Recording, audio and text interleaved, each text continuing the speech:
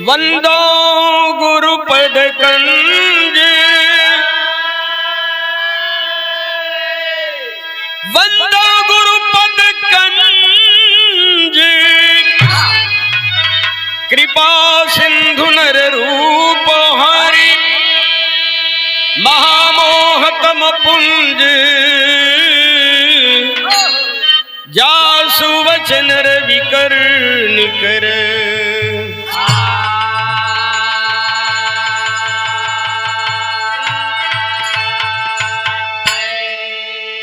शीस झुकाई करी बिनती, सत के प्रभु राह दिखावत रहिया, भटकी अटकी न कहीं पथ में, गुरुदेव दया बरसावत रहिया।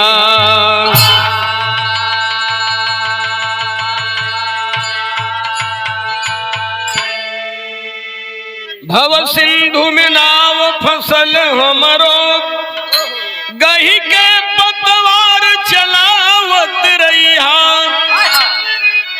सब जीव के संग हमरो मंगल, करिहा जियते जी गवावत रहिया।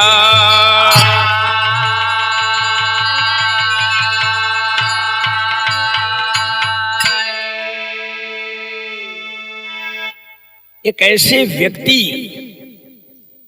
का विरह के माध्यम से जीवन दर्शन करा रहा हूं, जिसने अपने जीवन में बड़ा संघर्ष किया और संघर्ष के बावजूद कभी हिम्मत हारा नहीं। ईश्वरीय कृपा से अकूत संपत्ति अर्जित किया, लेकिन उस संपत्ति को गरीबों, मजलूमों और असहायों की मदद में, असहायों की सेवा में लगाते रहते हैं। गरीबों की मदद आज भी करते रहते हैं। 4 लाइन शेर पर जरा गौर करेंगे। कुछ भी लेकर यहाँ कोई आता नहीं, साथ में कुछ भी लेकर यहाँ से न जाता, प्रभु की कृपा से सही रास्ते पर चलकर परिश्रम से जो धन कमाता, असहाय निर्धन गरीबों की सेवा, परोपकार करके सम्मान पाता, होता सदा उसका जीवन में मंगल, यश गान उसका हमेशा गवाता।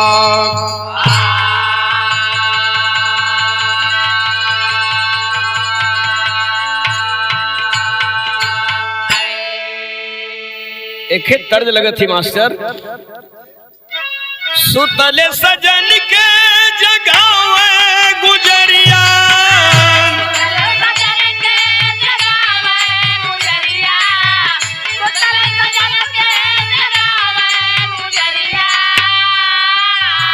धरती पर सगरों अजोर हो गयल, उठा मोरे राजा जी भोर हो गयल, उठा मोरे राजा जी भोर हो गयल।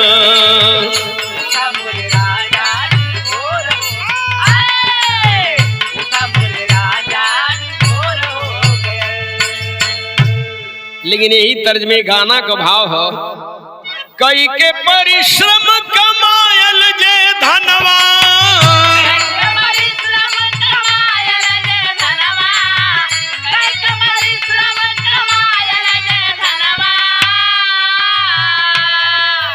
दान धर्म कैले से शोर हो गयल, जिंदगी में ओकरे जोर हो गयल, जिंदगी में ओकरे जोर हो गयल।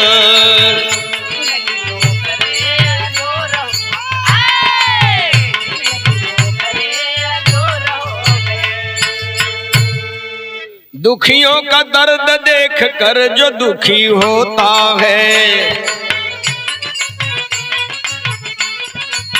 करके असहायों की मदद वह सुखी होता है।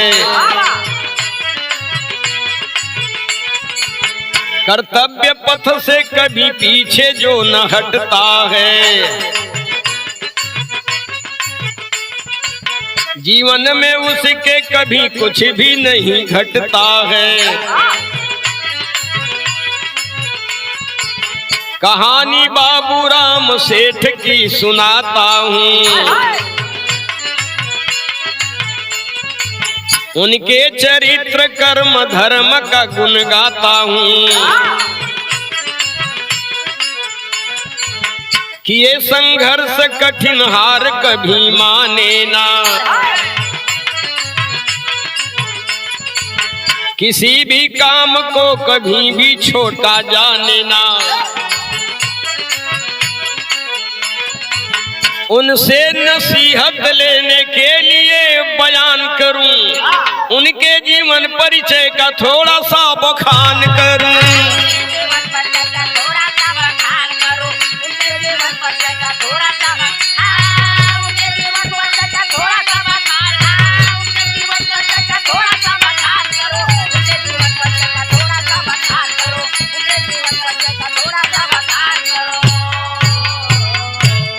भइले निराश नाही जीवन में कबहू,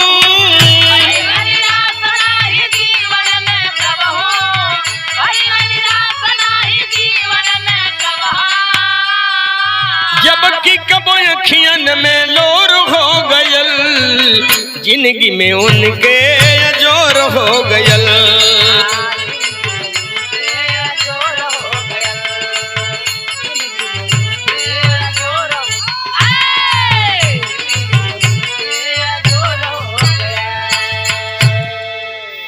इतने कर्तव्यनिष्ठ व्यक्ति हैं बाबूराम सेठ, लेकिन बाबूराम सेठ का जन्म कहाँ हुआ?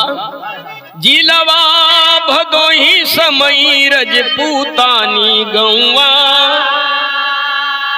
शुद्ध यदुवंशी खानदान। धार्मिक प्रवृत्ति के एक सीधा साधा मनई, रहल राम प्रताप जी किसान।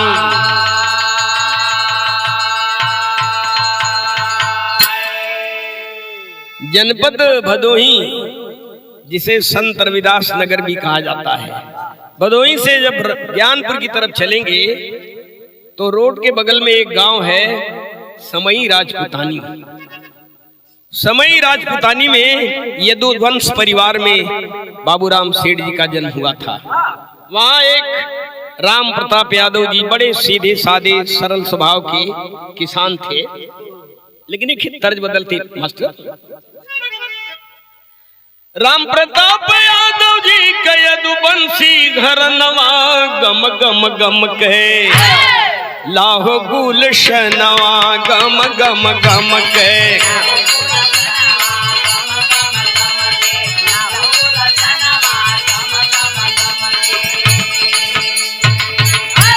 राम प्रताप यादव जी का यदुकुल घर नवा, गम गम गम के लाहो गुलशनवा, गम गम गम के।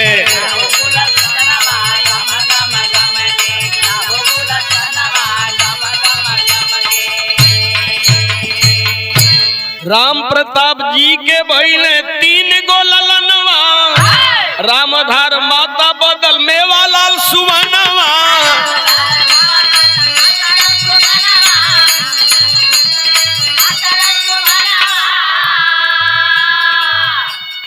रामधार जी के भइले 6 गो रतनवा, गम गम गम के लाहो गुलशनवा, गम गम गम के।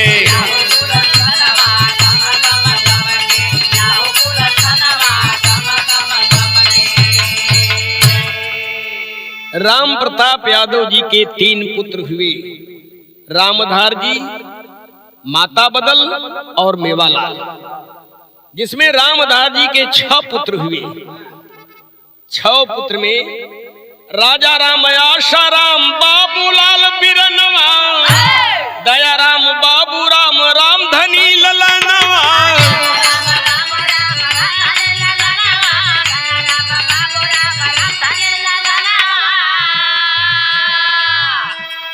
पांचवें नंबर बाबू राम कुल के दियनवा गम गम गम के लाहो गुलशनवा गम गम गम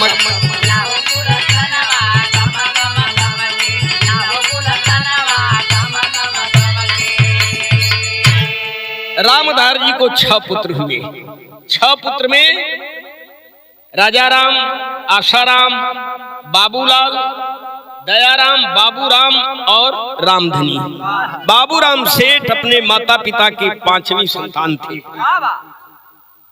देवी सरीखे रहली माता दुलारी, अब बेटवन के पाल पोस रखली संहारी।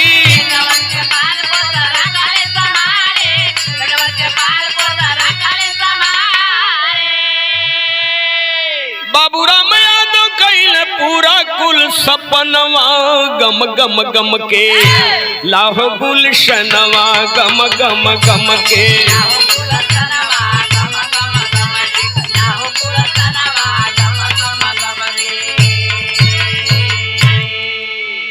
माता दुलारी बड़ी ही विदुषी महिला, बड़ी धार्मिक प्रवृत्ति की महिला, अपने 6 संतानों का लाड प्यार से पालन पोषण की और 5वें नंबर के बाबूराम सेठ जी माता पिता के सारे सपने को पूरा कर दिए।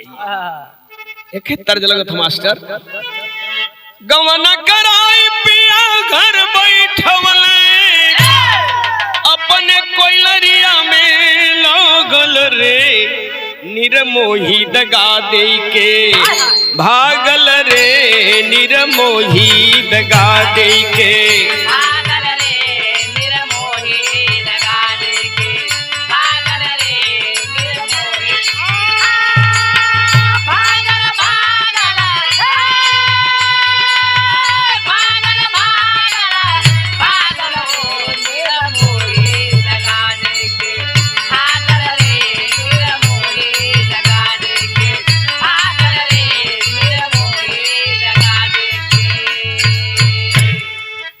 इत तर्ज भैया, लेकिन गाना का भाव है कि धीरे धीरे परिवार लंबा हो गई, माता पिता कैसो जियावे हो, लेके बचवन के जीवन बितावे हो, लेके बचवन के जीवन।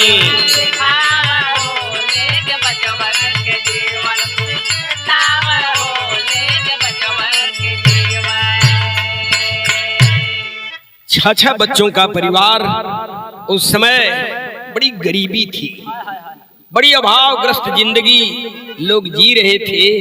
उस इलाके में रोजी रोजगार के नाम पर गलीचे का काम होता था, लेकिन रोजी रोजगार के रहल न कौनो साधन।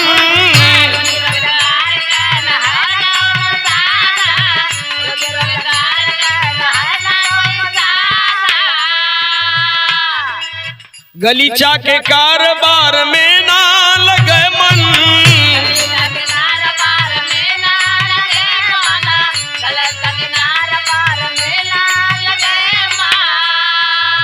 इंद्रावती से शादी बाबूराम जी के हो गई, बहुअर घर आवे हो, लेके बचवन के जीवन अरे बितावे हो, लेके बचवन के जीवन।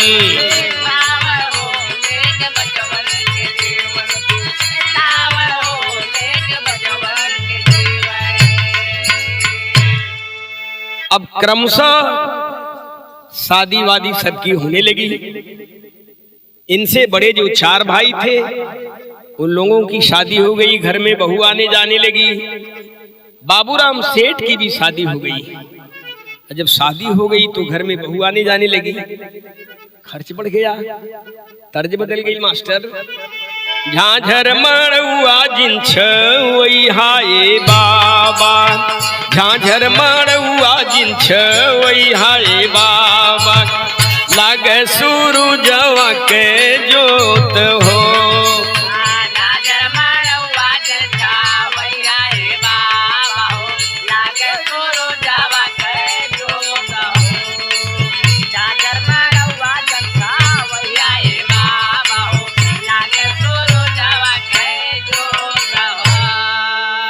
लेकिन आई देखा ई तो तर्ज रहल गाना का भाव बा।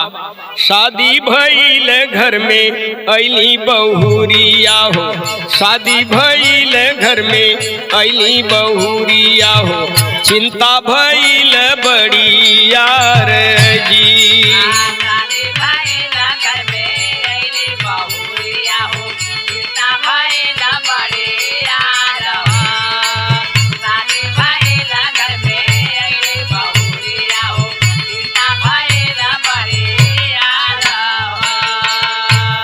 कुछ दिन में धीरे धीरे बटल परिवारवा, रोजी रोजगार बदे छोड़ करके घरवा।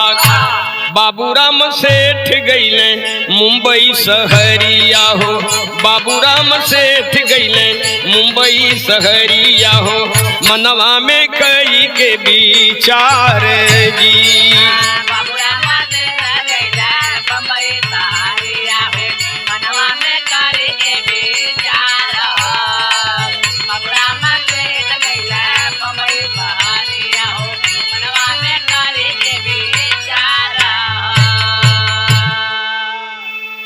परिवार लंबा हो गया तो बंटवारा हो गया।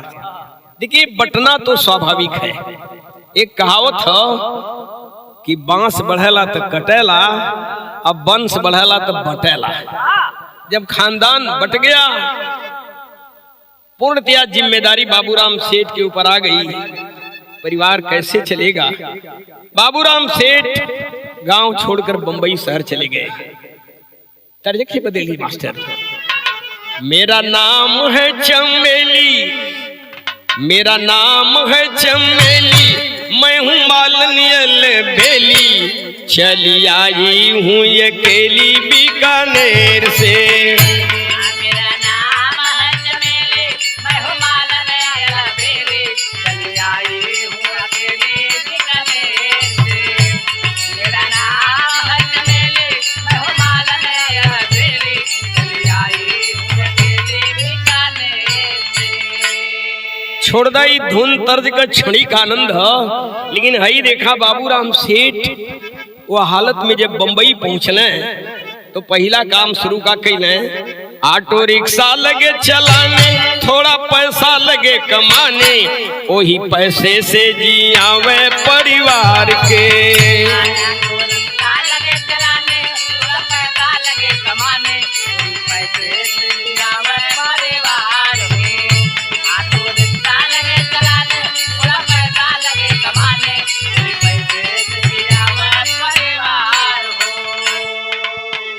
कबो कबो ऐसन भी पैसेंजर मिल जाए अमेरिका मास्टर, वो बेचारे के पास पैसा ना रहे या कम पैसा रहे। बाबूराम सेठ शुरुआत से बड़ा दयालु स्वभाव के रहे। पैसेंजर गरीब कबो कबो मिल जाते, बिना पैसा के उन्हें घर तक पहुंचाते।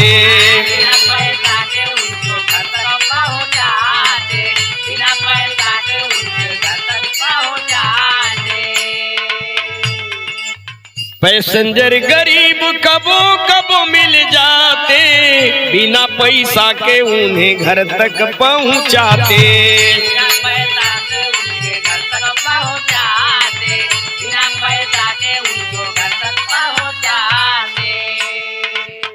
राह मिलती है किसी बहाने, किस्मत लगी उन्हें यजमाने, रिक्शा छोड़ कैले दूध के व्यापार के।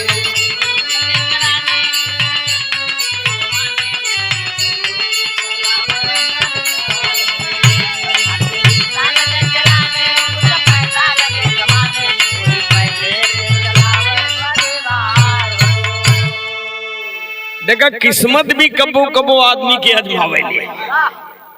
उनकी कर्तव्य निष्ठता को देखकर, उनके कर्तव्य परायणता को देखकर उनकी किस्मत भी उन्हें आजमाने लगी। अब वो पैसेंजर कहीं मिल जाता था, उसको घर तक पहुंचा देते थे, वो किसी घर के नजदीक तक बिना पैसे के पहुंचा देते थे। लेकिन मन में विचार आया, रास्ता मिलता गया, ऑटो रिक्शा छोड़ करके दूध का व्यापार शुरू कर दिए। तर्ज से बदल गई मास्टर।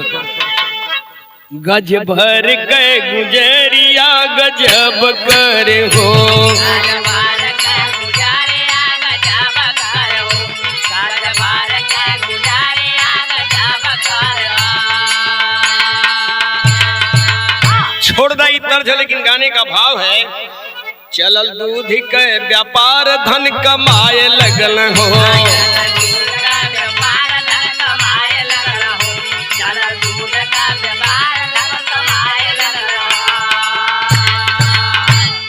पत्नी के मुंबई बुलाय लिहल गांव से, आ खोल लेहन डेयरी नारायण जी के नाम से।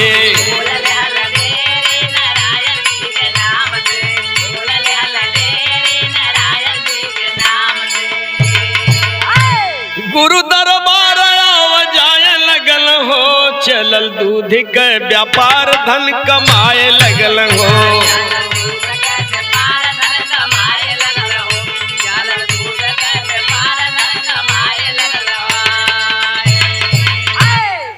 धंधे में व्यस्त रहने लगे, और धंधे में सहयोगी की बहुत जरूरत होती है। भाई मनुष्य की जिंदगी में अर्धांगिनी सबसे पहले सहयोगी होती है ना। पत्नी को घर से बुला लिए मुंबई, लेकिन मालिक की कृपा से परिवार भी बढ़ने लगा और कारोबार भी बढ़ने लगा। 4 बेटी सुघर 3 बेटा जनमायन, कृष्णा कन्हैया भइल बेटवा नारायण।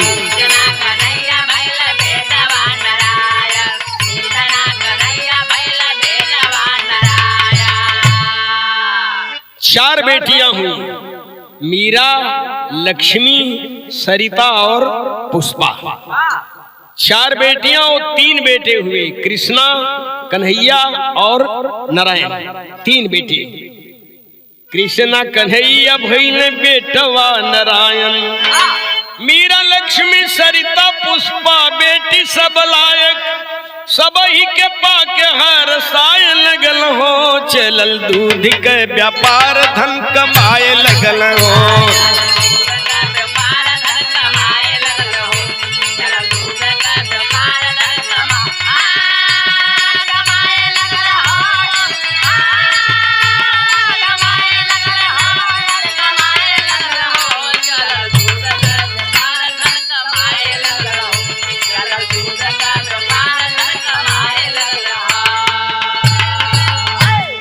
ये देखिए प्रभु की कृपा, 7 संतान, मतलब 4 बेटियां 3 बेटे और 7 संतानों में मिलाकर 17 पोती पोता।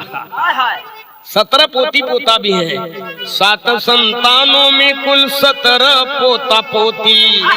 बाबूराम सेठ जी की चर्चा सगरों होती।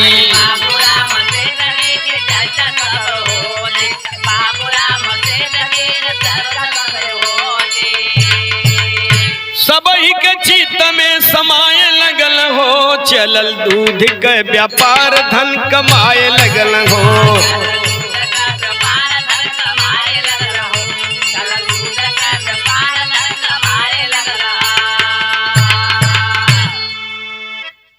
चूंकि गरीबों की सेवा करने लगे, आमदनी बढ़ने लगी। अपना कारोबार बढ़ाने के साथ साथ गरीबों की मदद करना, गरीबों की बेटियों की शादी कराना, गरीबों को कोई राजनीतिक लाभ नहीं, लेकिन बहुत सारी ऐसी गांव की, अगल बगल की गांव की विधवाएं हैं जिनको महीने में वो पेंशन के रूप में पैसा अपनी तरफ से भेजते हैं। बिरहा के अंदर टेरी में भाव है मास्टर। अरे मोरे राम सहैया सदगुरु स्वामी जी हुए, हो गई दिन दूना चौगुना रात कमैया। हो गई दिन दूना चौगुना रात कमैया, सहैया सदगुरु स्वामी जी हुए।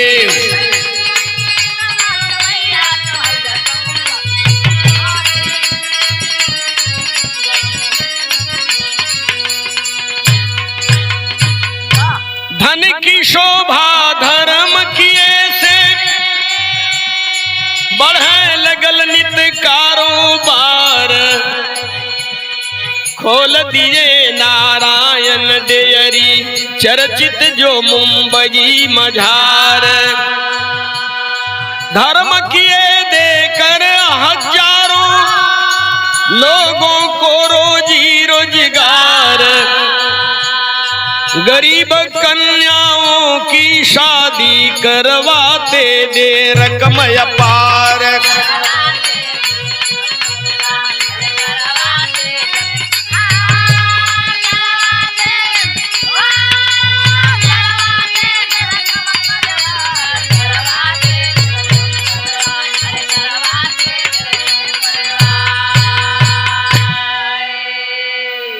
नई मुंबई इलाके में रबाले में दूध की डेयरी खोल दिए, गरीबों की मदद करने लगे।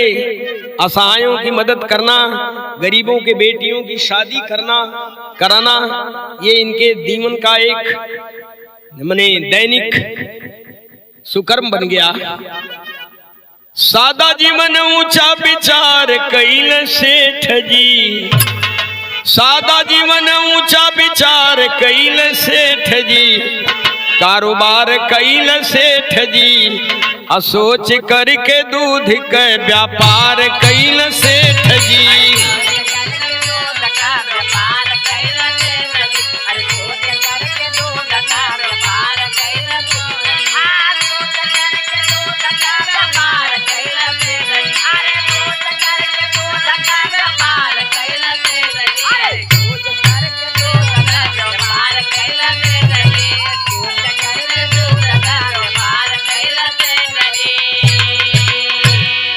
देखिए, दूध के व्यापार के लिए भी एक अजीब सी मनसा उनके मन में रही, एक अजीब सी धारणा रही। क्यों दूध का ही धंधा चुने? मुंबई में तो बहुत सारे धंधे कुछ भी कर सकते थे, लेकिन दूध का धंधा इसलिए चुने चूंकि बड़े ही धार्मिक प्रवृत्ति के हैं। एक पंथ दो काज, गोरस बेचता हरि मिले, एक पंथ दो काज हो। गोरस बेचत हरि मिले, एक पंथ दो काज हो। शिक्षा दिल मेहनत करे में तनिको न लाज हो। धार्मिक मन से सदगुरु दीदार कैल सेठ जी, इतबार कैल सेठ जी, असोच करके दूध के व्यापार कैल सेठ जी।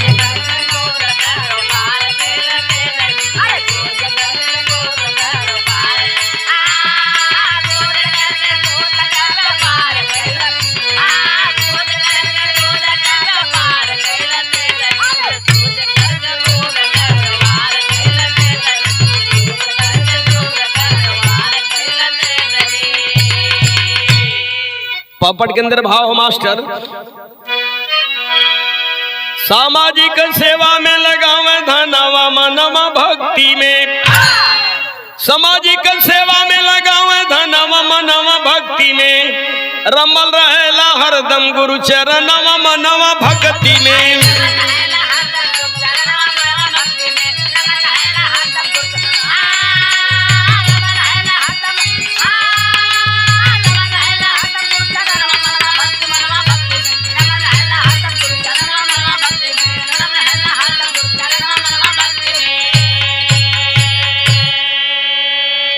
उनके धार्मिक प्रवृत्ति और सहयोगी स्वभाव के चलते कई उनके साथ लोग जुड़े और वो लोग भी ऐसे ही धार्मिक प्रवृत्ति के हो गए। जीत नारायण राज नारायण नरेंद्र पाल के साथ हो, दान करो के तना डॉक्टर दयाराम के हाथ हो। संग कमला चालक उनकर रथवा नवा मनवा भक्ति में, रमल रहेला हरदम गुरु चरणवा मनवा भक्ति में।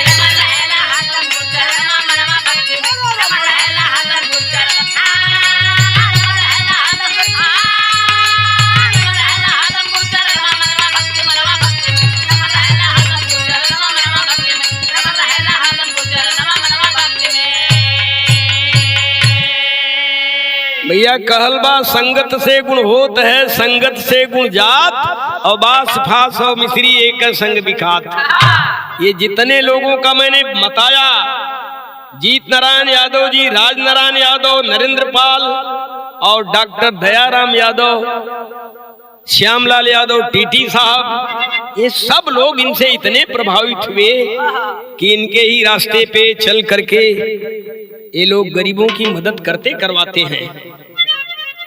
और उनके चालक कमला तो बड़े ही विनम्र हैं, इनकी भी इन्होंने बड़ी मदद किया। दया धर्म त्याग से महान होला मानव, ए भैया करनी से अपने बन जान भगवान।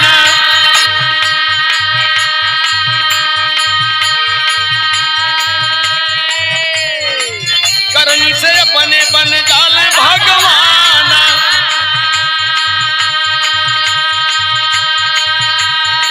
गरीबों की सेवा तन मन धन से कई के, जग में अमर होई जान इंसान।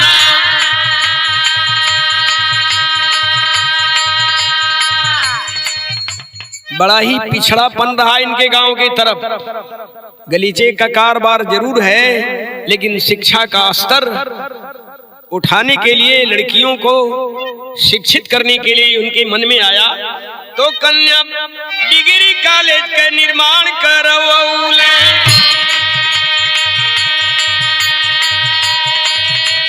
कन्या डिग्री कॉलेज का निर्माण करवा के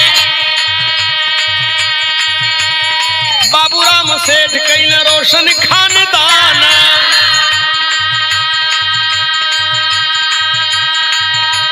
समय सुंदर वन में भव्य मंदिर बनवला, दर्शन कर लोग जाके सजवा बिहान।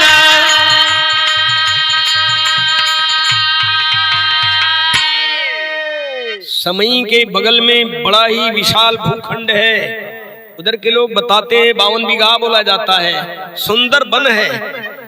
और उस सुंदर वन में इतने भव्य मंदिर का निर्माण करवाया और उस मंदिर में प्राण प्रतिष्ठा के दिन इतने विशाल भंडारे का आयोजन कराया, पूरे इलाके में आज भी चर्चा का विषय बना हुआ है। इंदिरा मिल चौराहे खास भदोही के अंदर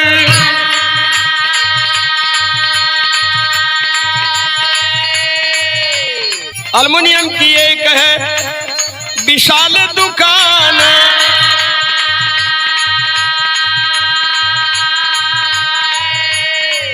और यह भी देखिए कि शिक्षा का स्तर तो इतना ऊंचा हुआ उनके खानदान का कि राज बहादुर रोहित कुल में 2 जज भइले।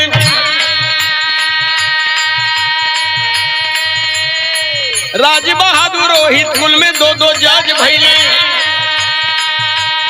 बन गई खानदान का अलग पहचान।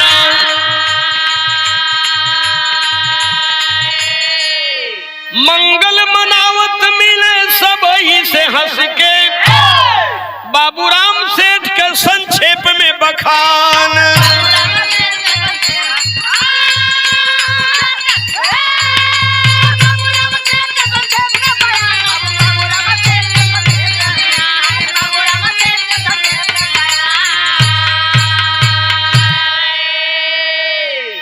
यह जीवन दर्शन है बाबूराम सेठ जी का। गाने का आखिरी भाव है, करीजे दिल से नेक कमाई, ओ कर कीर्ति सदा गवाई, नाम ले ही जग जहानवान भूली करनी।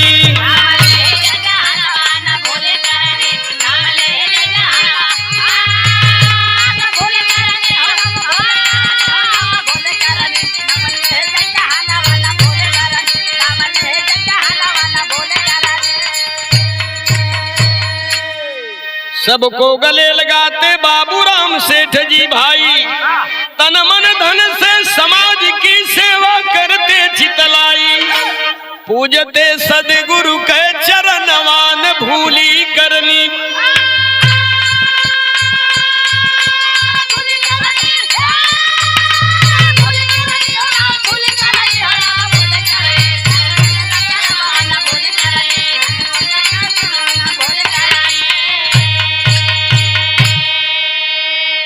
मुख्यालय मुंबई रबाले डेयरी प्लांट खरगोन, किसी की निंदा स्तुति पर हो जाते भरसक मौन, चेहरा पर थिरके मुस्कानवा न भूली करनी।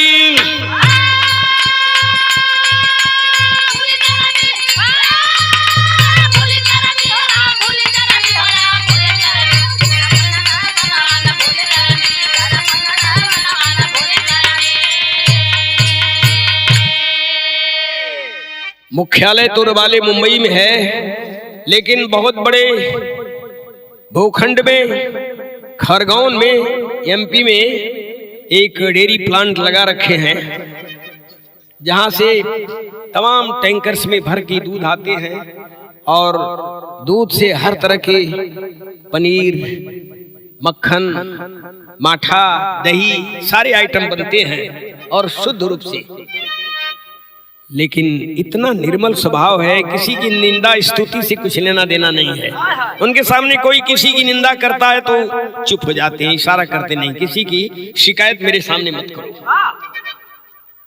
चेहरा पर थिरके मुस्कानवा न भूली करनी। राम अवध विजयी अमेरिका पलकधारी से मिलके, गले लगावे कवि मंगल के फूल सरीखे खिलके, आदेल अतिशय सन मनवा न भूली करनी।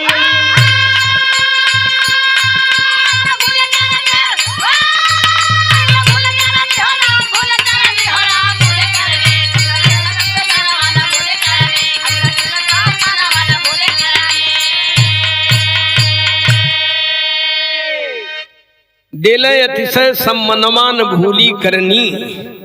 फोन करते हैं तो पलकधारी भाई का जरूर हालचाल पूछते हैं, फोन करेंगे तो डॉक्टर राम अवध यादव रईसपुर उनका भी हालचाल जरूर पूछेंगे। आपकी टीम का क्या हालचाल है, कैसे अमेरिका हैं, कैसे विजयी हैं, कैसे जीतू पंडित हैं, कैसे छोटे लाल हैं, कैसे लालचन हैं। बेचारे सबकी खबर लेते हैं, सबको पूछते रहते हैं। यह है निर्मल स्वभाव। स्वामी गुरु बिहारी रमन होरी हीरा ज्ञानी, याद किए जाएंगे हमेशा बाबू राम जी दानी। सहैया सदगुरु स्वामी जी हुए, पसंद करते कभी मंगल की कभी तैया। सहैया सदगुरु दानी जी हुए।